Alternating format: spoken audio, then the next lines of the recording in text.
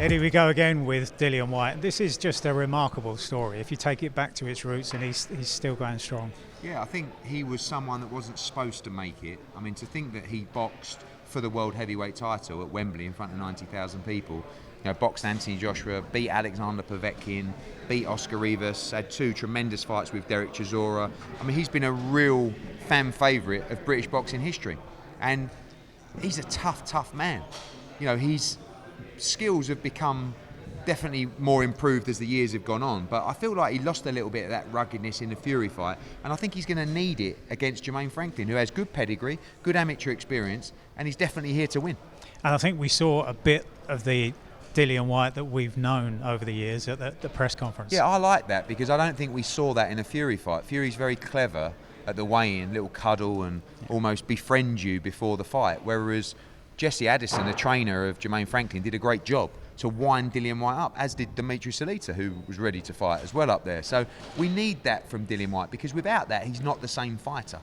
He doesn't have necessarily the natural skills of a Jermaine Franklin or, these fighters who have won Golden Gloves with great pedigree. But he's very tough. He punches very hard to the body, and when he's in a dogfight, he's very difficult to beat.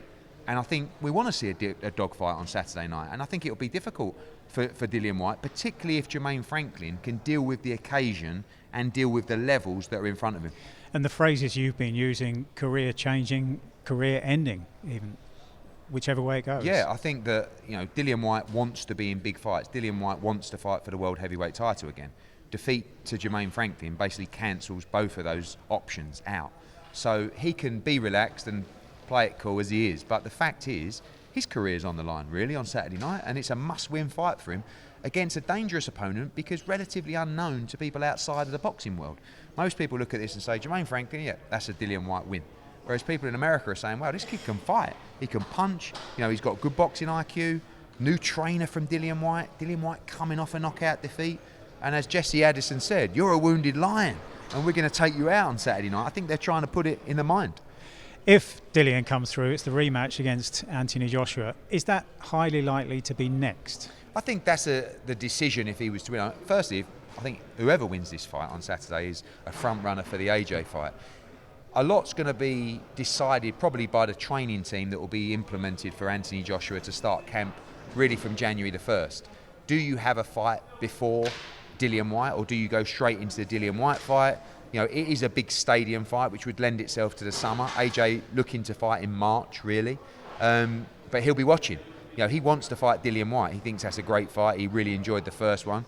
But as I said to Jermaine Franklin as well, you win this fight on Saturday, you are 100% getting the Anthony Joshua fight. So, a lot on the line for both. I know they both don't like to base their career around Anthony Joshua, but at the end of the day, it's a high-profile fight. It's a big payday, and big fights will be there for the winner of this fight on Saturday. And heading through to that sort of stage, potentially Fabio Wardley and or Nathan Gorman, British heavyweight title fight. I mean, could be top of the bill on just about any bill we've seen this year. Such a good fight, and really the kind of fights we need to see more of.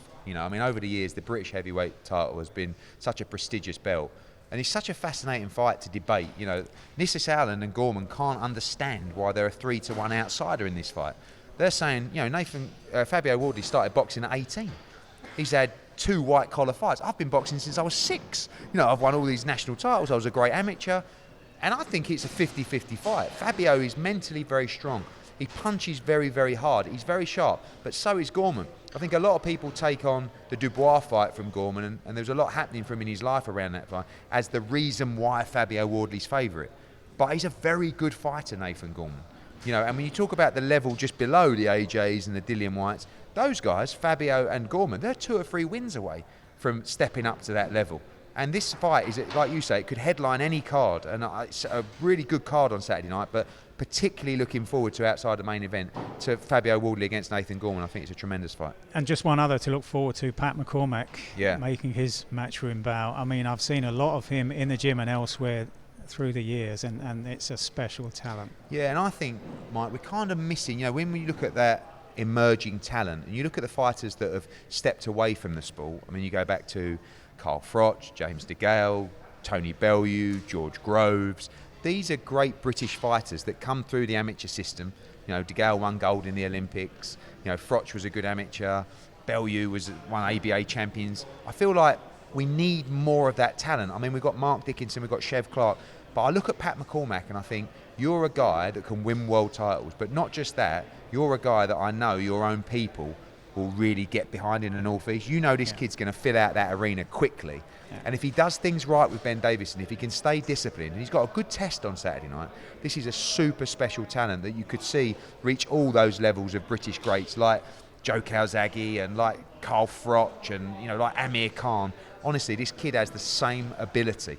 I don't want to hype him up too much, but this is how I feel. And Saturday night, I can't wait to see him in action. Yeah, it's great to be in at the early stages of the story. Thanks, Eddie.